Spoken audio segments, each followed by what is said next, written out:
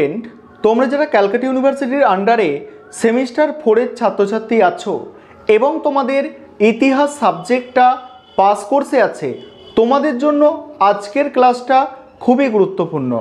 আজকের ক্লাসে তোমাদের সেমিস্টার 4-এর ইতিহাসের SEC B1 পেপারের 100% কমনযোগ্য সাজেশান নিয়ে আলোচনা করব এবং এখানে প্রশ্নের সংখ্যা খুব কম রাখা হয়েছে।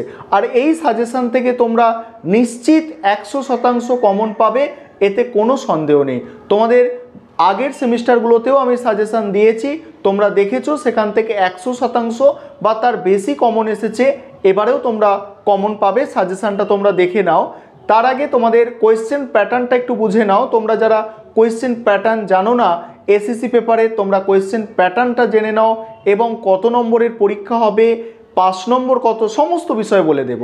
প্রথমেই দেখো তোমাদের কোয়েশ্চেন প্যাটার্ন। কোয়েশ্চেন প্যাটার্ন কি আছে তোমরা বোর্ডে দেখতে পাচ্ছ। SEC B1 পেপার যেটা আছে এর ফুল মার্কস হচ্ছে 80। এই 80 নম্বরের মধ্যে বড় প্রশ্ন আসবে কত? বড় প্রশ্ন আসবে তোমাদের একটা 50 নম্বরের প্রশ্ন থাকছে। 50 নম্বরের একটা প্রশ্ন যেটা 1000 শব্দে লিখতে হবে।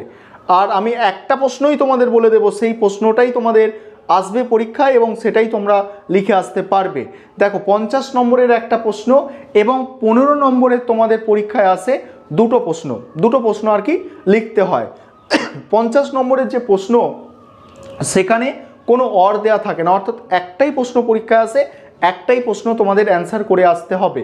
এবং যেটা তোমাদের 15 নম্বরের প্রশ্ন সেটা 4টে দেওয়া থাকে, দুটো অ্যান্সার করতে হয়। এই হচ্ছে তোমাদের কোয়েশ্চেন প্যাটার্ন। আর এটা 80 নম্বরের পরীক্ষা আর 5 নম্বর হচ্ছে 24, অর্থাৎ 24 পেতে হবে পাস করার জন্য তোমাকে এই SEC পেপারটায়। এবারে তোমরা সাজেশানটা শুনে নাও। তোমরা সাইডে দেখো একটা পেজ তোমরা দেখতে পাচ্ছ, এটা আমি আলোচনা করছি। প্রথমেই যে প্রশ্নটা আলোচনা করব 50 নম্বরের, এটা সবথেকে গুরুত্বপূর্ণ প্রশ্ন। গুরুত্বপূর্ণ কি, এই প্রশ্নটাই তোমাদের পরীক্ষায় আসবে। প্রশ্নটা কি আছে? সাম্প্রতিককালে তোমার দেখা অথবা তুমি দেখেছো ইন্টারনেটের মাধ্যমে বা তুমি দেখেছো এরকম একটা কি, এরকম একটা সংগ্রহশালা বা স্মৃতিসৌধ। ভালো করে শোনো, সংগ্রহশালা বা স্মৃতিসৌধ বা লেখাগারের ওপরে একটা প্রতিবেদন লেখা।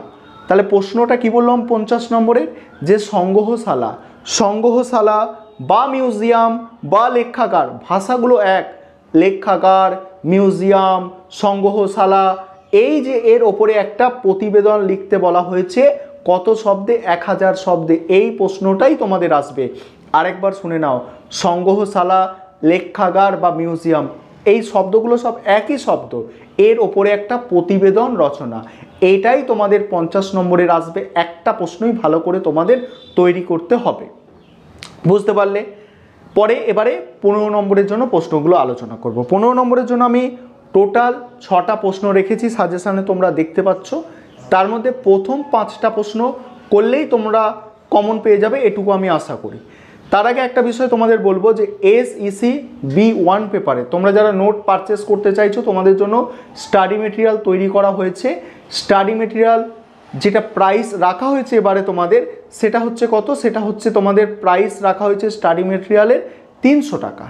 300 টাকা রাখা হয়েছে। তোমরা যারা কিনতে চাইছো এই নম্বরে যোগাযোগ করে স্টাডি মেটেরিয়াল পারচেস করে তোমরা কি পড়তে পারো, এখন থেকে পড়া শুরু করতে পারো। তোমরা স্টাডি মেটেরিয়াল যারা পারচেস করতে চাও এই নম্বরে তোমরা যোগাযোগ করে স্টাডি মেটেরিয়াল পারচেস করে নিতে পারো, ঠিক আছে? চলো এবারে 15 নম্বরের জন্য যে প্রশ্ন তৈরি করবে একটু শোনো। প্রথম প্রশ্ন 15 নম্বরের জন্য, সংগ্রহশালা বা মিউজিয়ামের সংজ্ঞা দাও। আর এর সঙ্গেই আছে সংগ্রহশালার যে কোনো দুটি কাজ বর্ণনা করো। দ্বিতীয় প্রশ্ন হচ্ছে ভারতে প্রথম সংগ্রহশালার ইতিহাস সংক্ষেপে বর্ণনা করো। সংগ্রহশালার ইতিহাস সংক্ষেপে বর্ণনা করো, এটা হচ্ছে দ্বিতীয় প্রশ্ন। আর 3 নম্বর প্রশ্ন দ্রষ্টব্য বস্তুর প্রদর্শন অনুসারে ভারতের সংগ্রহশালার প্রকারভেদ। 3 নম্বর প্রশ্ন কি? ভারতের সংগ্রহশালার প্রকারভেদ। সংগ্রহশালা মানে কি? সংগ্রহশালা মানে হচ্ছে মিউজিয়াম বা জাদুঘর, এর প্রকারভেদ আলোচনা করো। পরের প্রশ্ন 4 নম্বর প্রশ্ন, লেখাগার বলতে কি বোঝো? শিক্ষা ও সংস্কৃতির বিকাশে লেখাগারের গুরুত্ব। শিক্ষা ও সংস্কৃতির বিকাশে লেখাগারের গুরুত্ব। 5 নম্বর প্রশ্ন, ভারতে সাংস্কৃতিক ঐতিহ্য রক্ষায় সংগ্রহশালার ভূমিকা। ভারতে সাংস্কৃতিক ঐতিহ্য রক্ষায় সংগ্রহশালার ভূমিকা। আর শেষ প্রশ্ন, লেখাগার কি? সমাজ ও শিক্ষায় লেখাগারের ভূমিকা মূল্যায়ন করো। এই ছিল তোমাদের সাজেশান। এখানে কি বললাম যে বড় হচ্ছে 50 নম্বরের একটাই প্রশ্ন তোমাদের বলেছি, লেখাগার, মিউজিয়াম বা জাদুঘর বা তোমাদের সেটাকে সংগ্রহশালা বলা হয়, এটার উপরে একটা প্রতিবেদন রচনা, এটা 50 নম্বরের আসবে পরীক্ষায়। আর এই বাকি প্রশ্নগুলো বললাম তোমাদের 15 নম্বরে। এই কটা প্রশ্ন করে যাও, আর কোনো টেনশন নেওয়ার দরকার নেই। 80 নম্বরের অ্যান্সার লিখে আসো একদম আরামসে।